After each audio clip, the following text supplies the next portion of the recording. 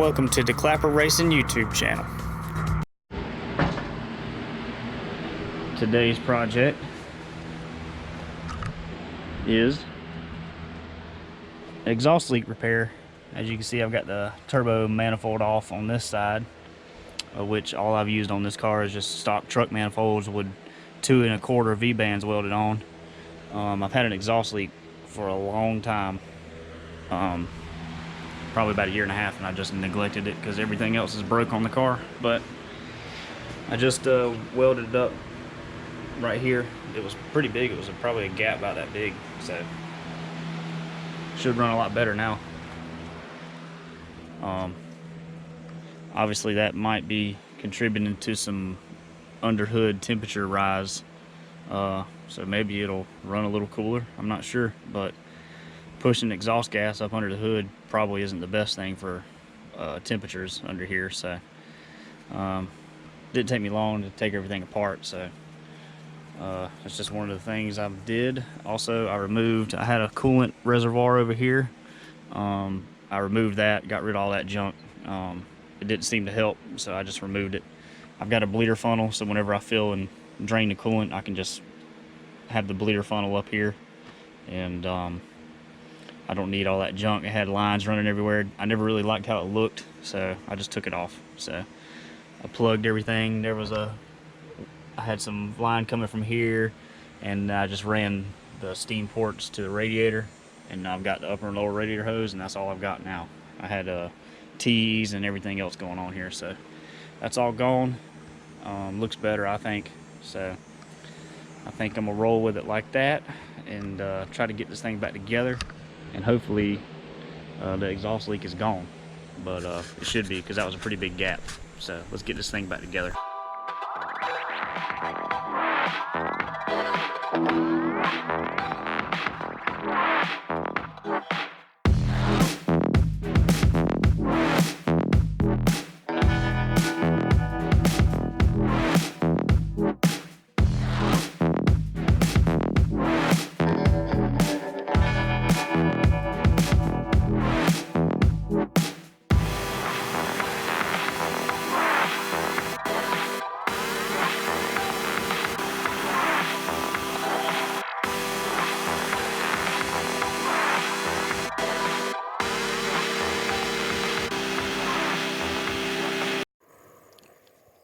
Here we are, broke down again.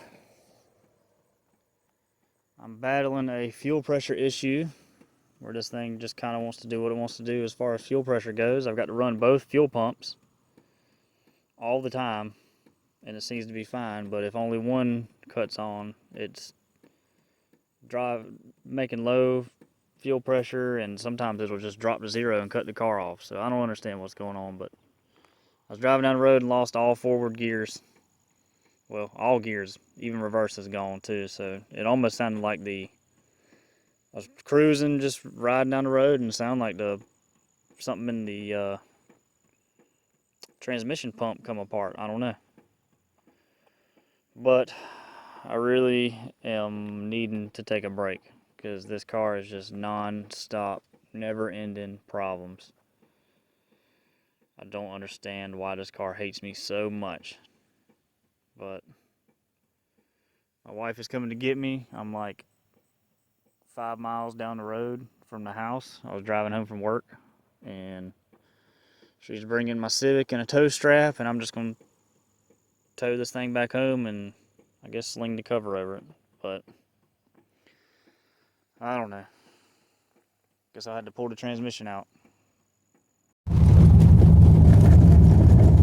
This is how we roll in race car land. Getting towed home by the Civic.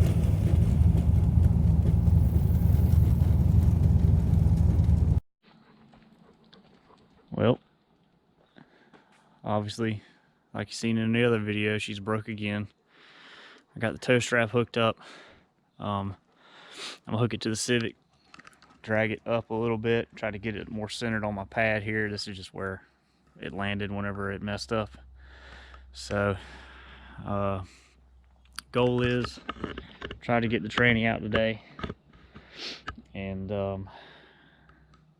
I got a relay coming for the fuel system that I'm gonna swap out. Not that I think it's gonna do any good, but and a couple of little things. So I'll probably go ahead and get started on this thing, get the transmission out, and try to see what's wrong with it. Pretty curious to see what's wrong with it, but let's get started.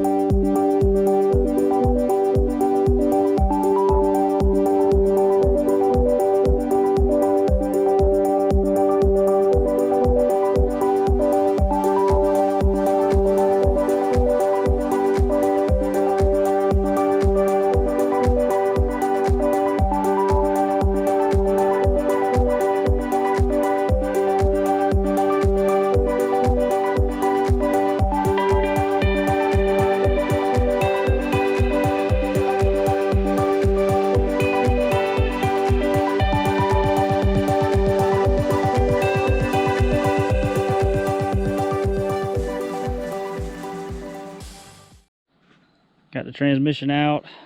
Had to take the bell housing off to slide it under the car because it was too tall. But you can see all the grease and dirt and transmission fluid and everything else that's stuck in there. Thing's got a nice little sheen from the tranny fluid. Well, got to the bottom of it. Here is my transmission pump gears. Looks like they shattered. That's why I was making no pressure. But so those come in here and they got this little crescent shape in here, kind of like an LS oil pump. But it creates pressure when it spins, and they had broke and jammed up and they weren't spinning anymore. So I pulled everything out of the case, made sure there was no other chunks laying in there. Everything seems to be okay. So looks like I just need to find me some transmission pump gears, and then I can put this thing back together.